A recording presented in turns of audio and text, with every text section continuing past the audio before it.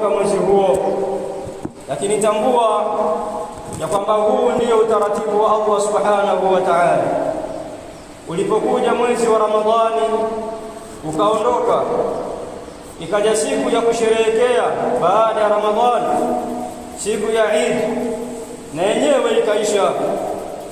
Hii ndiyo desturi ya Allah subhanahu wa ta'ala, na hii ndiyo sunna ya Allah subhanahu wa ta'ala kwa viumbe wake, kwa sababu kila kitu kinapokuja basi huwa kinaondoka, lakini kadhalika kila kitu kinapoanza huwa kina mwisho. Hivyo hivyo mwanadamu anapoishi katika maisha haya duniani atambue ya kwamba na yeye ataondoka.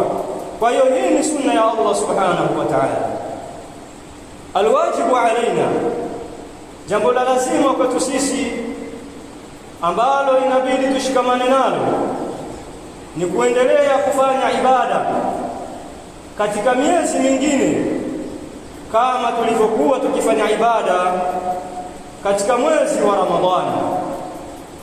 Man istaqama fi Ramadhan falyastaqim ba'da Ramadhan, yule ambaye aliyekuwa na msimamo katika mwezi wa Ramadhani akaamua kufanya ibada, kukisoma kitabu cha Allah subhanahu wa ta'ala, kutumia muda wake mwingi kunako kumtaja Allah, kumswalia Bwana Mtume sallallahu alayhi wasallam na kufanya ibada mbalimbali, basi mtu huyo aendelee na msimamo huo baada ya kuwa umeondoka mwezi wa Ramadhani.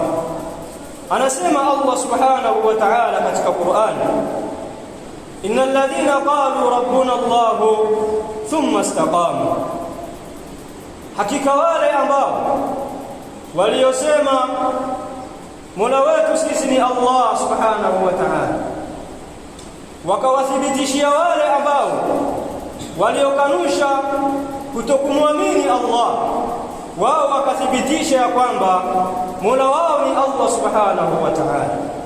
Walipofanya hivyo baada ya kumwamini Allah, kisha thumma istaqamu, kisha watu hao wakawa na msimamo baada ya kumwamini Allah na kutambua ya kuwa Allah subhanahu wa ta'ala ndiye mwenye kumpa faraja mwanadamu, kadhalika ndiye mwenye kumwondoshea matatizo mwanadamu, wakawa na msimamo